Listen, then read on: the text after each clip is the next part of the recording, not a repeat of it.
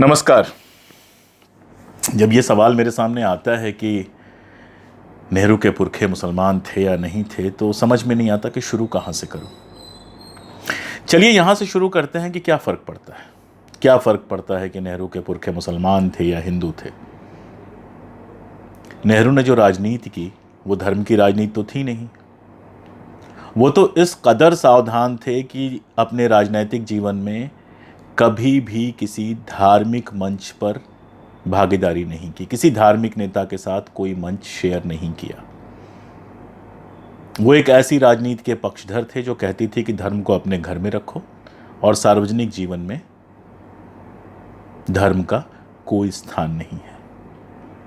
क्या फ़र्क पड़ता है, मान लीजिए नेहरू मुसलमान हो जाते तो इस देश के लिए जो उन्होंने किया, आज़ादी की लड़ाई में जो कुर्बानियाँ दी और आज़ाद होने के बाद जिस तरह से हिंदुस्तान का निर्माण किया, जिस तरह से इस देश को वैज्ञानिक संस्थाएं दी, साहित्यिक संस्थाएं दी, इतना सारा कुछ किया, वो सारा कुछ क्या बेकार हो जाता? क्या मौलाना आज़ाद ने जो कुछ किया वो सिर्फ इसलिए ख़राब हो जाएगा क्योंकि वो मुसलमान थे, या किसी और ने जो कुछ किया वो सिर्फ इसलिए अच्छा हो जाएगा कि वो हिंदू थे? क्या अब देश में ऐसे चीज़ें तय होंगी? तो पहली बात तो ये कि ये सवाल अपने आप में एक बकवास सवाल है।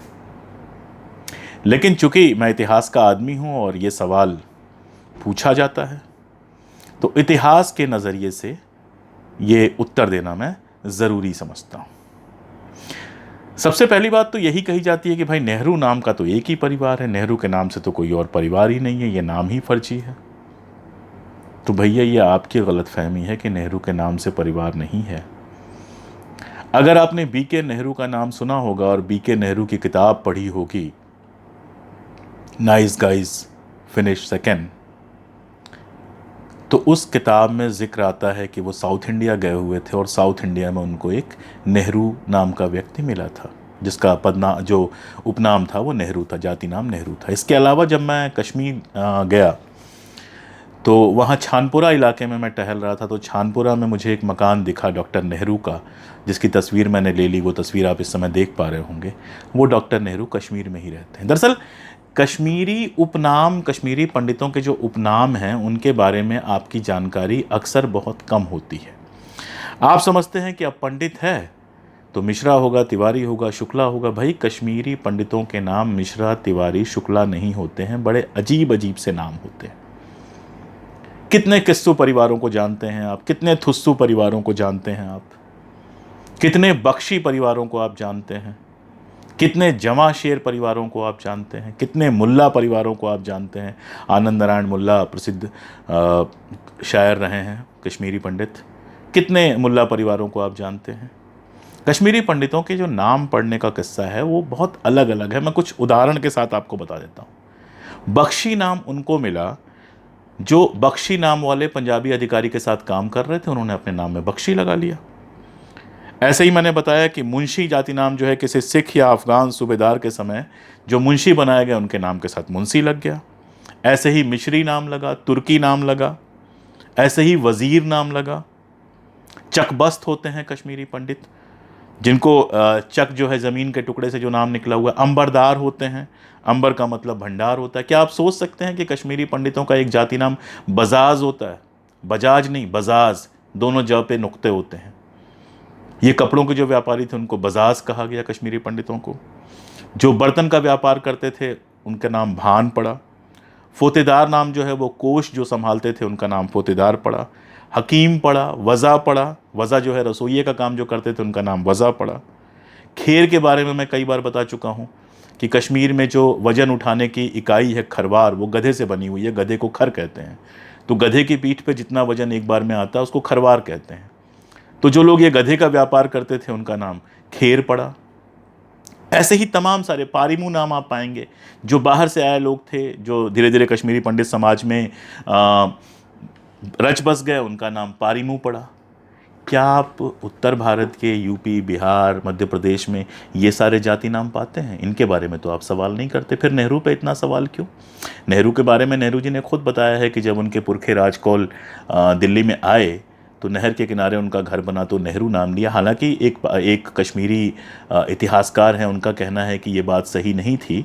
नेहरू जो नाम जो है वो नहर से पड़ा हुआ है, लेकिन वो नहर जो है वो नहर से जो नाम पड़ना था वो कश्मीर में ही हो चुका था। उनकी एक और थियरी है कि नौरू नाम का एक गांव है, हो सकता है वो वहाँ से निकाले हों तो नौरू से नेहरू हो गया हो। इस तरह की तमाम थियरीज़ हैं। बहुत सारे कश्मीरी पंडित नाम ऐसे हैं जिसके बारे में कोई एक्सप्लेनेशन आपको नहीं मिल पाएगा कि ये नाम कैसे पड़ गया। ऐसे ही नेहरू भी है, आपको दिक्कत क्या है? और ये मैंने बताया कि नेहरू कई परिवार हैं और वंशावली तो उनकी इतनी आसान है। मतलब अगर मैं आपसे पूछूं कि भाई हेडगेवार साहब के बाबा का क्या नाम था, सावरकर साहब के दादा का क्या नाम था, अगर मैं आपसे पूछूं कि जो हमारे सवाल उठाने वाले बंधु हैं जो व्हाट्सएप भेजा करते हैं उनको अपने परदादा का नाम पता है तो नहीं पता होगा। लेकिन नेहरू परिवार तो आज़ादी की लड़ाई और उसके पहले भी इतना सक्रिय रहा है कि उसका ख़ानदानी जो पूरा सजरा है वो उपलब्ध है। मतलब ये कोई मुश्किल चीज़ है जानना। आप एक सिंपल सी किताब है, B.R. नंदा की किताब है द नेहरूज़, अगर आप उसको उठा के पढ़ जाएं तो सारा कुछ मिल जाएगा। राजकौल साहब को सब जानते हैं। राजकौल साहब के जो नाती थे, दो भाई थे, मौसा राम कौल और साहिब राम कौल। मौसा राम कौल जो थे वो मुग़ल दरबार में ईस्ट इंडिया कंपनी के पहले वकील थे। साहिब राम कौल जो थे उनके बेटे थे, मौसा राम कौल के जो बेटे थे लक्ष्मी नारायण, वो मुग़ल दरबार में ईस्ट इंडिया कंपनी के पहले वकील थे। साहिब राम कौल के जो बेटे थे गंगाधर कौल, उनके बारे में हम सब लोग जानते हैं कि वो मुगलिया दरबार में थानेदार थे। दिल्ली पुलिस की वेबसाइट पे भी आप जानते हैं कि उनका जिक्र है। अब आप जानते हैं 1857 में जब बलवा हुआ दिल्ली के अंदर तो बहुत सारे लोग दिल्ली छोड़ के भागे। गंगाधर कौल को भी निकलना पड़ा, वो आगरा पहुंचे, आगरे में उनकी डेथ हो गई। लेकिन उनके जो बड़े बेटे थे बंसीधर कौल, उनको नौकरी मिल गई वहीं पे सदर दीवानी अदालत आगरा में उनको नौकरी मिल गई।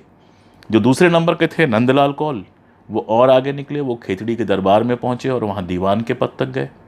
वहाँ पे उन्होंने वकालत सीखी। आप जानते हैं उस ज़माने में वकालत सीखी जाती थी, कोई LLB का कोर्स नहीं होता था। तो वकालत उन्होंने सीखी और बाद में वो आगरा आ गए, आगरा में प्रैक्टिस करने लगे। सबसे छोटे बेटे मोतीलाल जी थे जो पहले आगरा में रहे, फिर खेतड़ी गए, खेतड़ी में उनकी पढ़ाई हुई और वहाँ से कानपुर में उन्होंने एडमिशन लिया जहाँ पर उन्होंने वकालत सीखी। बाद में जब हाई कोर्ट इलाहाबाद चला गया तो बंसीधर कौल और क्या नाम है मोतीलाल, ये दोनों लोग इलाहाबाद चले गए। और हम सब जानते हैं कि बंसीधर जी की तो मृत्यु हो गई, लेकिन मोतीलाल जी जो थे वो पहले देश के बड़े वकील बने और वकील बनने के बाद उन्होंने, आप जानते हैं कि जवाहरलाल नेहरू के साथ राजनीति में प्रवेश लिया, जेल गए और बाकी सारा किस्सा इतना आम है, इतनी आसानी से उपलब्ध है कि बताने की ज़रूरत नहीं। दरअसल समस्या ये है कि मोतीलाल नेहरू के समय ही, चूँकि उनका जो रहन सहन था, जो तरीका था वो बहुत साहबी था, इसलिए इलाहाबाद के बहुत सारे जो ट्रेडिशनल पंडित थे, और आप जानते हैं कश्मीरी पंडितों का जो खाना पीना होता है वो उत्तर भारतीय पंडितों जैसा नहीं होता है। कश्मीरी पंडितों के लिए नॉनवेज जो होता है बहुत नॉर्मल सी चीज़ होती है। जो उनकी शिवरात्रि होती है, हेरात जिसको कहते हैं, हर रात से बना, हर मतलब शिव और रात मतलब रात्रि, तो जो हेरात होती है उस पर नॉनवेज बनता है। उनके यहाँ जो नॉनवेज है वो रोज़ के खाने में शामिल है, जबकि उत्तर भारत में ऐसा नहीं है। ऐसे ही उनका पहनावा अलग है, उनके रीति रिवाज अलग हैं। तो ये यहाँ के लोकल पंडित थे, उनको बहुत दिक्कत होने लगी और उन्होंने उनके खिलाफ दुष्प्रचार करने शुरू किए। वो दुष्प्रचार सारा कुछ, एक छोटी सी बात बता के मैं बात ख़त्म करूँगा क्योंकि एक ऐसा विषय है जिस पे बहुत लंबी बात करने का कोई मतलब नहीं है। एक किस्सा सुनाता हूँ आपको। एक कश्मीरी पंडित थे मोहनलाल जुत्शी। जब दिल्ली कॉलेज बना और वहाँ पे अंग्रेज़ी की पढ़ाई शुरू हुई तो जो पहले बैचेस थे उन बैचेज में मोहनलाल जुत्शी साहब ने पढ़ाई की, अंग्रेजी में प्रवीणता हासिल की, अंग्रेज़ों के बहुत करीब हुए और फिर विदेश वगैरह काफ़ी कुछ घूमे। वो पहले कश्मीरी पंडित थे जो विदेश गए थे। लेकिन मुसलमानों के साथ खान पीन और शादियाँ वादियाँ उन्होंने की। उसके चलते हालत ये हुई कि जब कश्मीरी पंडितों के इलाके सीताराम बाज़ार में दिल्ली लौट के उन्होंने मकान ढूंढने की कोशिश की तो उनको मकान नहीं मिला। यही नहीं, कश्मीरी पंडितों ने अपने इतिहास से उनको बाहर कर दिया। उनको उस पहले कश्मीरी पंडित के रूप में मान्यता नहीं दी जो विदेश गया था। ऐसे ही एक और उनके बाद जो गए थे पंडित सूरजबल, उनको भी कश्मीरी पंडित इतिहास में शामिल नहीं करते हैं। क्यों? क्योंकि उन्होंने क्रिश्चियन महिला से शादी कर ली थी। विदेश गए थे, पैसा नाम सब कमाया था, लेकिन एक क्रिश्चियन महिला से शादी कर ली, तो उनको कश्मीरी पंडित शामिल ही नहीं करते हैं अपने में। वो शामिल करते हैं पंडित बिशन नारायण धर को, जो इन दोनों के बाद विदेश गए थे।